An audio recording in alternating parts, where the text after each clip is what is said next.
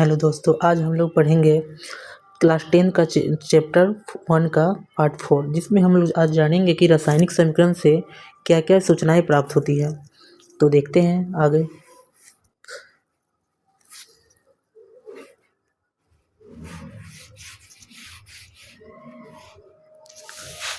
देखिए, रासायनिक समीकरण से प्राप्त होने वाली सूचनाओं के बारे में हम लोग जानते हैं। या कि रासायनिक समीकरण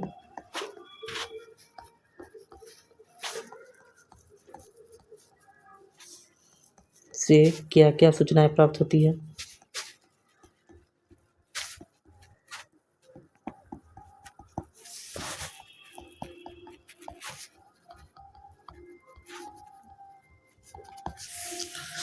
इसमें देखेंगे रासायनिक समीकरण से हमें क्या क्या सूचनाएं प्राप्त होती है। हम पहला देखते हैं क्या प्राप्त होती है।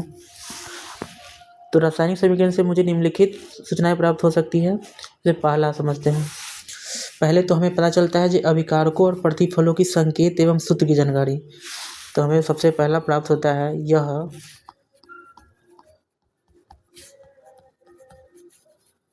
अभिकारकों और प्रतिफलों की संकेत एवं सूत्र की जानकारी देता है। जैसे एग्जाम्पल समझते हैं, जैसे कोई अभिक्रिया हो रहा है तो उसमें कौन सा पदार्थ अभिकारक है और कौन प्रतिफल है, ये तो हम लोग पहले ही जान चुके हैं। जैसे कि देखेंगे, अभिकारक जैसे कोई रिएक्शन है H2 + O2, क्रिया करके बना H2O। इसको बैलेंस कर लेते हैं। तो देखिए, यहाँ पे तीर की इधर वाला को बोलते हैं कि हम अभिकारक, क्या बोलते हैं, अभिकारक, और इधर वाला को बोलते हैं हम प्रतिफल।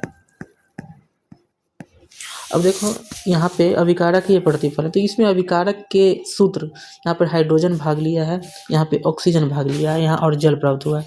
तो मैंने हाइड्रोजन को इससे सूचित किया और जल को H2O सूत्र का प्रयोग किया। इस प्रकार हम क्या, इससे पता चला कि कोई भी रासायनिक अभिक्रिया है या समीकरण है तो इसमें हाइड्रोजन का संकेत के बारे में पता चला और जल के सूत्र के बारे में पता चला। तो इस प्रकार रासायनिक समीकरण से हमें प्राप्त होता है कि अभिकारक और प्रतिफल के संकेत और सूत्र का जानकारी प्राप्त होता है। तो पहला हम लोग समझ गए। सेकेंड में यह अभिकारक एवं प्रतिफल की जानकारी देता है, जो कौन सा पदार्थ भाग ले रहा है और कौन सा पदार्थ बन रहा है। तो ये पॉइंट भी लिख सकते हैं, ये अभिकारक और प्रतिफल की जानकारी देता है।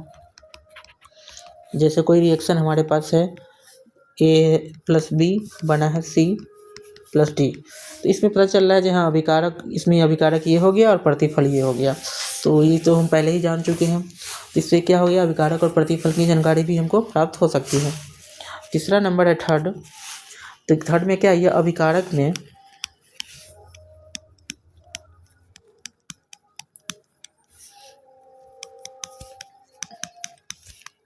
भाग लेने वाले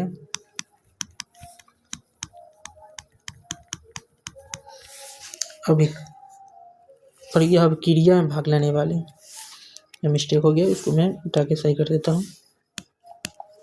यह अभिक्रिया में भाग लेने वाले अभिकारक एवं प्रतिफलों के परमाणुओं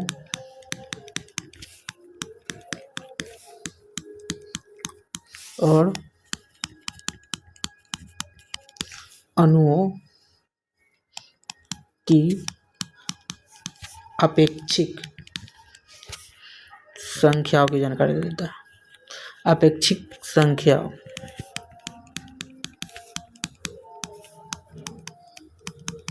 जानकारी देता है।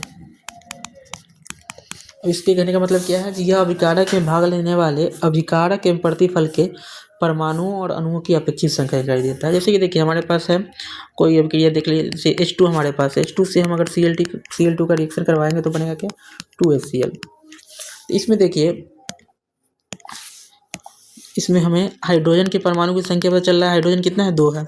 क्लोरीन कितना है, 2 है। इधर भी हाइड्रोजन कितना है, 2 है। क्लोरीन कितना है, 2 है। तो क्या परमाणुओं की संख्या की जानकारी मिल गया।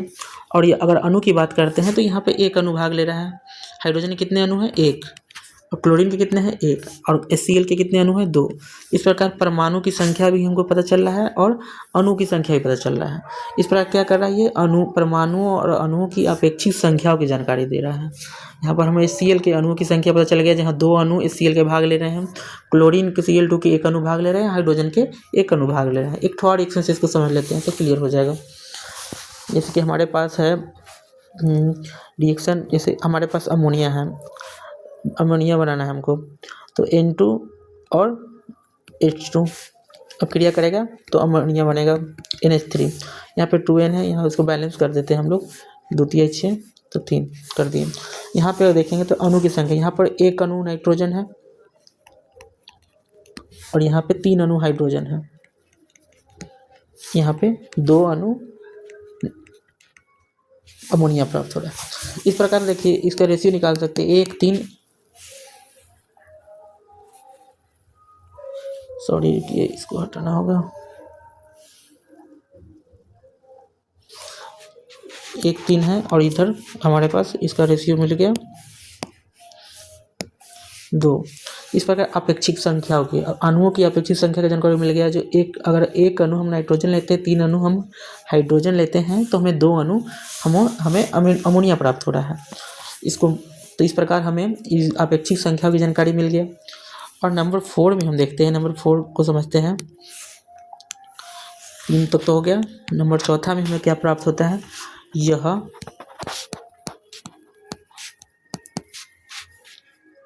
अभिकारकों और प्रतिफलों के मूलों की संख्या का जानकारी देता है।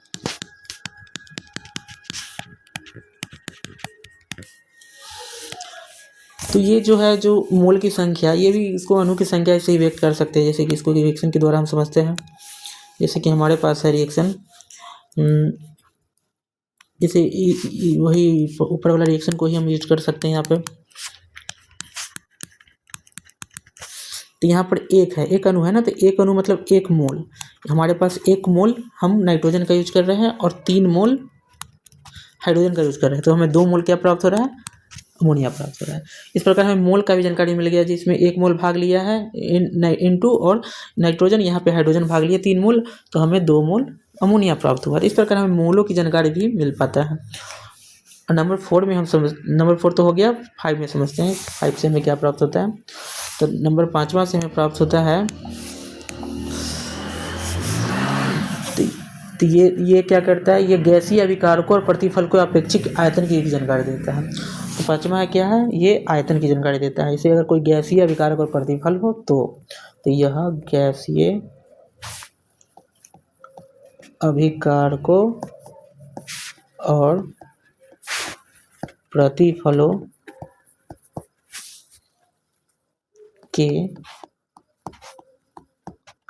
के अपेक्षित आयतनों की जानकारी देता है।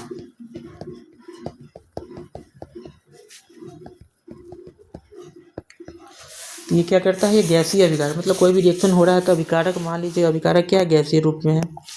जैसे देखते हैं हमारे पास गैसीय रूप में एग्जाम्पल में समझते हैं। हमारे पास जैसे नाइट्रोजन एक गैसीय है, गैस है। हाइड्रोजन भी क्या है, एक गैस है। और प्रतिफल जो हमें अमोनिया प्राप्त हुआ, अमोनिया गैस, ये NH3 है। इसको बैलेंस कर देते हैं। देखिए हमारे पास गैसीय है, अभिकारक और प्रतिफल क्या है, गैसीय है। तो जब गैसीय रूप में रहेगा तो ये क्या है, तो इसको हम ऐसे लिख सकते हैं, यहाँ गैस रूप में, तो ब्रैकेट में गैस का यूज कर सकते हैं। इसको मैं बाद में बताऊंगा, जो ऐसे गैस कैसे इसको हम उपयुक्त बना सकते हैं। इसमें गैस लिखते हैं और क्या क्या इसमें उपयोगी लाभ प्राप्त कर सकते हैं, वो आगे के टॉपिक में हम लोग पढ़ेंगे। ये सब मैं बताऊंगा जी, कैसे गैस लिखना है, कैसे कैटलिस्ट का उपयोग कर देना है, कैसे टेम्परेचर प्रेशर को लिखना है कोई रिएक्शन होने के लिए। तो तो पहले इसको हम समझ लेते हैं। हम देखिए यहाँ पर 1 मोल भाग ले रहा है। क्या बोला जो ऊपर मैंने बताया जी, यहाँ पर 1 मोल नाइट्रोजन गैस भाग ले रहा है और 3 मोल हमारे पास हाइड्रोजन गैस है। तो 2 मोल हमें प्राप्त हुआ है अमोनिया गैस। तो देखिए 1 मोल, तो कोई भी अगर हमारे पास गैस है, ठीक है, तो कोई भी गैस है तो उसका 1 मोल का कुछ ना कुछ आयतन होगा। तो इसका 1 मोल है, तो जैसे 1 अणु भाग ले रहा है, 1 मोल भाग ले रहा है, तो इसको हम लिख सकते हैं 1 आयतन भाग ले रहा है। क्या भाग ले रहा है? 1 आयतन। और यहाँ पे 3 आयतन लिख सकते हैं, इसको 2 आयतन लिख सकते हैं। अब कोई भी हमारे पास 1 मोल गैस का आयतन होता है वो 22.4 लीटर होता है। इसको मतलब क्लास 10th में नहीं इसका यूज है, क्लास 11th में इसके बारे में पढ़ना है हम। जो कोई भी अगर 1 मोल हमारे पास गैस रहे तो उसका आयतन होता है 22.4 लीटर। तो ये इसके बारे में हम बाद में पढ़ेंगे, कोई दिक्कत नहीं है। फिलहाल हम लोग को इतना ही जानकारी मिलता है। तो इस प्रकार हम देख लीजिए रासायनिक समीकरण से हमें कौन कौन सी सूचनाएं प्राप्त होती है। तो परीक्षा में पूछा गया क्वेश्चन है जो बोर्ड एग्जाम में आता है। जैसे कोई क्वेश्चन पूछा है, तो परीक्षा में पूछा हुआ क्वेश्चन हम रिपीट कर देते हैं एक बार। जो परीक्षा में क्वेश्चन पूछते हैं, जो कोई रिएक्शन दे दिया जाता है और लिखा जाता है नीचे दिए गए क्वेश्चन है, इस टाइप से क्वेश्चन पूछे जाते हैं। नीचे दिए गए रासायनिक समीकरण से क्या क्या सूचनाएं प्राप्त होती हैं।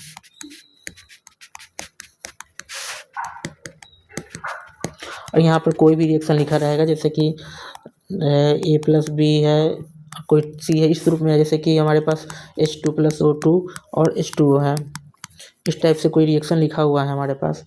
और बोला जिससे हमें क्या क्या सूचनाएं प्राप्त होती है। तो पहले में हम आराम से लिख देंगे जिसमें अभिकारक और प्रतिफल के सूत्रों एवं संकेतों की जानकारी प्राप्त होती है। फिर सेकंड में लिखेंगे कि हमें अभिकारकों और प्रतिफलों की जानकारी प्राप्त होती है। तीसरा में लिखेंगे जिसमें भाग लेने वाले परमाणुओं और अणुओं की जानकारी प्राप्त होती है। जैसे मैंने बताया था, इसमें दो अणु भाग ले रहे हैं, इसमें 1 अणु भाग ले रहे हैं, इसमें भी 2 अणु भाग ले रहे हैं, इसका जानकारी प्राप्त होता है। उसके बाद इसके मोल के अनुपात का भी जानकारी मिल पाता है। और इसके अगर गैसीय है तो गैसीय आयतनों की जानकारी मिल पाता है। इस प्रकार हमने रासायनिक समीकरण से प्राप्त होने वाली सूचनाओं के बारे में हम लोग ने अच्छे से पढ़ लिया। इससे 5 नंबर का क्वेश्चन, 5 मार्क्स का हर साल नहीं, मतलब 1 साल बीच करके आता ही आता है क्वेश्चन, जो हमारे बोर्ड एग्जाम के लिए बहुत ज़्यादा इंपॉर्टेंट है। 5 मार्क्स जो कि कम नहीं है। तो ये आज हमने इस टॉपिक को क्लियर कर दिया, जो 5 नंबर का हर साल पूछता है। अगर नेक्स्ट पढ़ना चाहें तो अब नेक्स्ट इसके बारे में हमें रासायनिक समीकरण से प्राप्त होने वाली सूचनाओं को तो हमने जान लिया। इसके बाद हम लोग पढ़ेंगे रासायनिक समीकरण से मतलब हमें क्या क्या लाभ होता है। अगर रासायनिक समीकरण का उपयोग करते हैं तो हमें क्या क्या लाभ प्राप्त होता है, तो वो भी हम इस बार इसी वीडियो में हम लोग इसको भी पूरा कर लेंगे। क्योंकि ये क्वेश्चन तो अभी तक आया नहीं है, लेकिन क्या पता आ जाए, क्योंकि ये भी 5 मार्क्स के लगभग का क्वेश्चन है जो 5 मार्क्स में आ सकता है। तो इसको समझते हैं। तो क्वेश्चन इस टाइप से पूछेगा परीक्षा में, जो रासायनिक समीकरण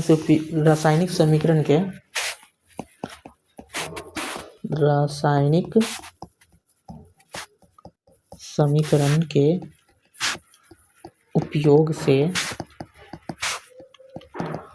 होने वाले लाभ को लिखें। मतलब रासायनिक समीकरण के उपयोग हम लोग करते हैं लिखने में, तो उससे हमें क्या क्या लाभ प्राप्त होता है। तो ये लाभ के बारे में पूछेगा तो हम लोग कैसे बनाएंगे, उसका कोई आंसर कैसे लिखेंगे। तो पहले आंसर लिखना है तो हम इसको थोड़ा अच्छे से लिखेंगे, 5 मार्क्स हमें मिल जाए। तो इसका आंसर लिखेंगे रासायनिक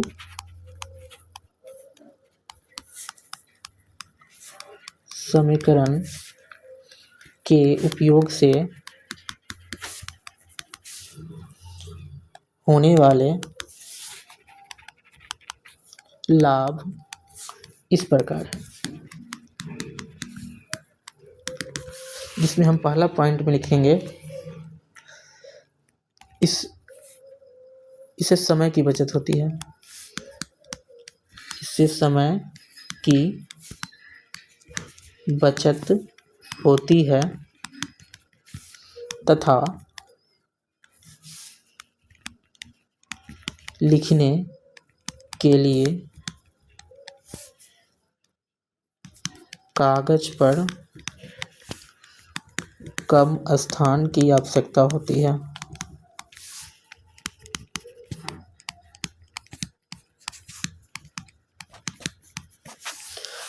तो देखिए इस समय की वजह से जैसे कोई भी रिएक्शन हम लिख रहे हैं, अगर लिखेंगे हाइड्रोजन पूरा जैसे कि लिख रहे हैं, कोई एग्जांपल समझते हैं, जैसे कि हमारे पास है कोई अभिक्रिया है नाइट्रोजन, तो हम लिखेंगे नाइट्रोजन प्लस हाइड्रोजन, फिर बना हमें अमोनिया। देखिए तो हमको ये क्या है, इसको लिखने में ज़्यादा टाइम लग गया। इसको अगर हम इसके संकेत के द्वारा लिखें, जैसे कि लिख देंगे N2 और यहाँ पे H2 और बन गया NH3। देखिए हमको लिखने में भी कम समय लगा, समय की बचत हुई, तो इसको लिखने के लिए क्या हो गया, कागज़ की कम स्थान की आवश्यकता हुई। तो इससे ये प्रॉफिट है जो मतलब इसकी कागज़ की कम आवश्यकता होगी और लिखने में समय भी कम लगेगा। इसलिए हम रासायनिक समीकरण को संकेत एवं सूत्रों की सहायता से लिख देते हैं। और रासायनिक समीकरण का डेफिनेशन मैंने बता रखा है, जो कोई भी रासायनिक अभिक्रिया है उसको हम संकेत एवं सूत्रों की सहायता से लिखते हैं तो क्या कहलाता है, रासायनिक समीकरण। संकेत एवं सूत्र की सहायता से लिखने से क्या हुआ, हमें कम जगह में ही मेरा जो रिएक्शन था उसको मैंने लिख दिया और कम समय भी लगा। इस प्रकार पहला फ़ायदा तो ये हमें मिल गया। अब सेकेंड फ़ायदा को देखते हैं, सेकेंड फ़ायदा हमें क्या मिलने वाला है। सेकेंड फ़ायदा में हमें है तो इससे अभिकार को तथा प्रतिफलों के द्रव्यमानों की गणना ठीक ठीक की जा सकती है, ठीक ठीक की जा सकती है। कहने का मतलब ये है कि इससे अभिकार है, कोई भी रिएक्शन है हमारे पास, जैसे कि जो रिएक्शन यूज करते हैं वो इसी को यूज कर लेते हैं। H2 और O2 और बना है हमारे पास 2H2 बन रहा है, इसको बैलेंस कर लेते हैं। बैलेंस करना बहुत ज़रूरी है कि बैलेंस नहीं करेंगे तो फिर रासायनिक समीकरण हमारा संतुलित नहीं होता है, तो इसका हम गणना ठीक ठीक नहीं कर पाएंगे। अब यहाँ पे देखिए इसका हम द्रव्यमान की गणना ठीक ठीक कर सकते हैं, क्योंकि रासायनिक समीकरण देखिए यहाँ पे पता चल रहा है जो हमारे पास किस हाइड्रोजन की संख्या कितनी है, यहाँ पे 4 है, ऑक्सीजन की संख्या कितनी है 2 है। इधर हमारे पास हाइड्रोजन की संख्या कितनी है 4 है और ऑक्सीजन की संख्या 2 है। अब सबको पता है जो हाइड्रोजन का परमाणु भार होता है वो 1 होता है, कितना होता है 1 होता है।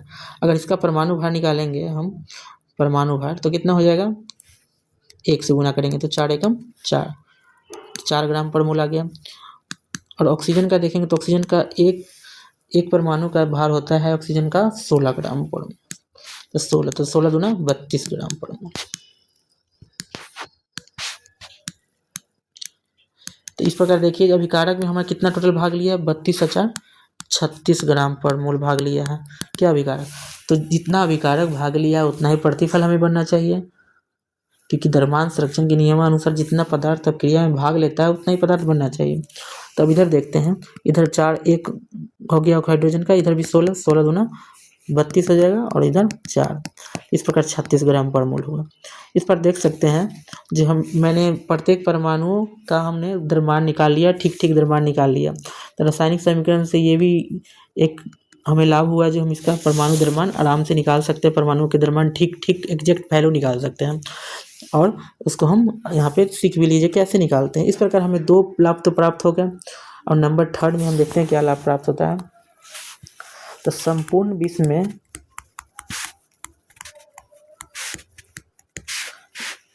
एक ही प्रकार के